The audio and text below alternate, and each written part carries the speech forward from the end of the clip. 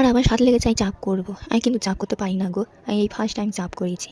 হঠাৎ আমি বর বাজার করতে গেছে, বলছে কাতলা মাছ নেবো। আমি বলি না, মাংস নিয়ে এসো, আমি আজকে চাপ করবো। আমি তো পারি না, চেষ্টা করে দেখবো, তুমি চাপ নিয়ে এসো। আর দেখো না, চাপ নিয়ে এসে গো, মাংসটা আমি ভালো করে পাতলা করে কাটতে পারিনি গো।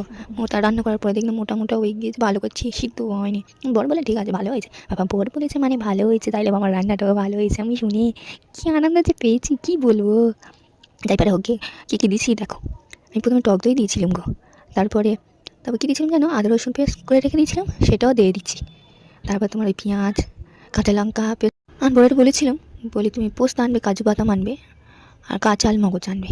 আর বর কী করে জানো, ড্যাং ড্যাং করে দেখি না, টক দইটা আর মাংসটা আর পোস্তটা দিয়ে ড্যাং ড্যাং করে আসতেছে নেচে নেচে নেচে নেচে। আমি বলেছিলাম না আজকে চাপ করবো, সেই আনন্দ এদিক না নেচে নেচে নেচে নেচে আসতেছে। আমি তুমি নাচতেছো কেন গো?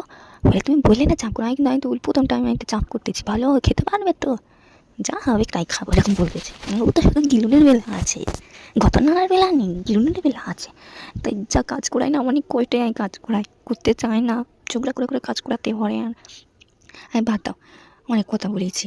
বাবা বোনের নামে আবার বললে বোর আবার রাগ করবে, তখন আমার কোথায় যদি আমার মারে টারে, বাবা অত বেশি বলবো না। আমি না সব দিয়ে দিচ্ছি, তোমাদের তো আর দেখা বলতে পারলাম না। তারপরে ওকে আমি সব দিয়ে দিচ্ছি, দিয়ে আর ওই মাংসটা ছিল, মাংসটা ওর ভিতর দিয়ে দিচ্ছি, দিয়ে ভালো করে ম্যারিনেট করে রেখে দিচ্ছিলাম। তারপরে মেয়েকে দিচ্ছি, তারপরে যে রান্নাটা করবো, আমার বরের কাছে ফোন ছিল, ওইখান দেখাতে পারি দেখো, বলতে বলতে তার রান্না হয়ে গেছে। বাবা দেখি আমার জিপ থেকে যে, তোমরা আবার কেউ নজর দেবো না, কারণ বরের আবার হাগা